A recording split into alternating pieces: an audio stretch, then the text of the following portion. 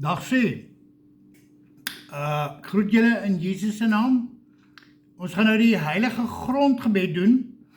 Nou, Jakobus 5 vers 14 sê, wanneer iemand siek is, roep die ouderlinge, laat hulle vir hom bid, nadat hulle hom gesalf het met olie. So, olie is symbolies van die Heilige Gees. Dis net 'n simboliek wat ons doen.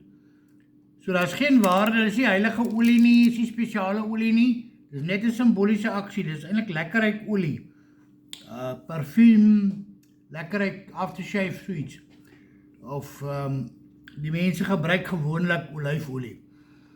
Nou, ek het vir julle 'n ander gebed ook gestuur, wat ek salf die perseel noem. Nou salf die perseel doen jy miskien 1 keer in 3 maande, maar heilige grond doen jy elke keer wanneer jy voor Jesus se troon verskyn. So dit is waar die heilige grondgebed gaan. Abba Vader, ons kom voor die troon in Christus Jesus se naam. Ek sterf aan myself en ek onderwerp my aan die Gees. Blaas asseblief lewe in my woorde.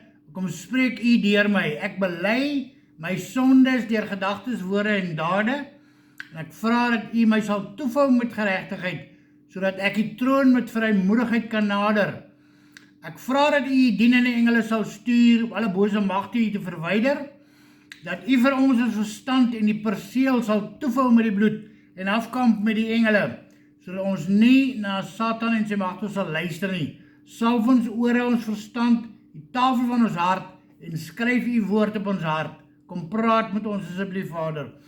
Ek lig die olie op, simbolies van die Gees, en ek vra dat U dit sal salf met U heerlikheid.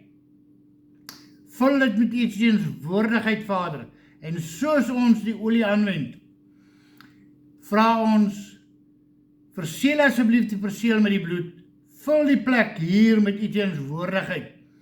Ek salf die perseel in die naam van die Vader, die Seun en die Gees, in Christus Jesus se naam, en ek dank U dat soos ek dit salf, U dit vul met U heerlikheid en U teenwoordigheid. Ek salf die perseel in die naam van die Vader, die Seun en die Gees, verklaar dit heilige grond in Christus Jesus se naam. U is die skepper, die koning en die verlosser van hierdie perseel en van ons lewens. Laat U naam alleen hier verheerlik word. U is ons Vader en die almagtige skepper van Israel. Ons sê vir U welkom, Abba Vader, Christus Jesus en U o Gees. Kom neem die verrigtinge oor. Laat U wil hier geskied. Ons kom teen elke vals profesie. Ons kom teen elke leuen van die Satan en elke eie gedagte en neem dit gevangene tot gehoorsaamheid aan U. Ons wapens van ons stryd is nie vleeslik nie, maar kragtig deur U. Ons werp elke vesting in ons denke en verstand neer, verbreek die planne van die Satan en elke skans wat opgewerk word teen U kennis. Ons bestraf die werke van Satan en elke ongehoorsaamheid teen U en U woord in Christus Jesus naam, soos wat die woord sê. Ons moet doen, ons bind elke bose mag binne en buite ons en vra dat U hulle met doofheid, blindheid en stomheid sal slaan en hulle sal bestraf dat hulle nie hier kan manifesteer of kan inmeng nie. Ons vra vir 'n helder verstand en verwarring in die vyand se kamp.